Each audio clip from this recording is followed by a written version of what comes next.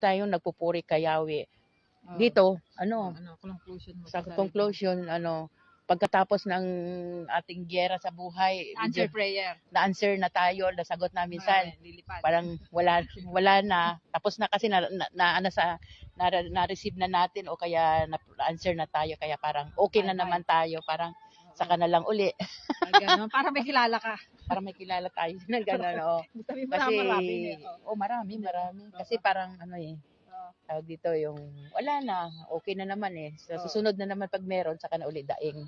Ibig sabihin, sila Jehoshaphat nagpatuloy sa pagwa-worship. Pag po tayo makakalimot sa pag in-answer prayer tayo ni God, kasi andyan yung kaaway. Ang sabi kay Magdalene, 7, basta may scripture doon na huwag kang makakalimot kasi pag magbabad ka sa Panginoon, kukwento ko lang, na kasi pag bumalik ang kaaway, yung mga sakit, yung mga kahirapan, 7 doble yung power ng kaaway kasi nga empty ka, wala kang hindi ka nagbabad sa Panginoon. Ganun po yun. Okay? Dahil si Taningning ay powerful din, pero mas powerful yung pangalan ni Jesus.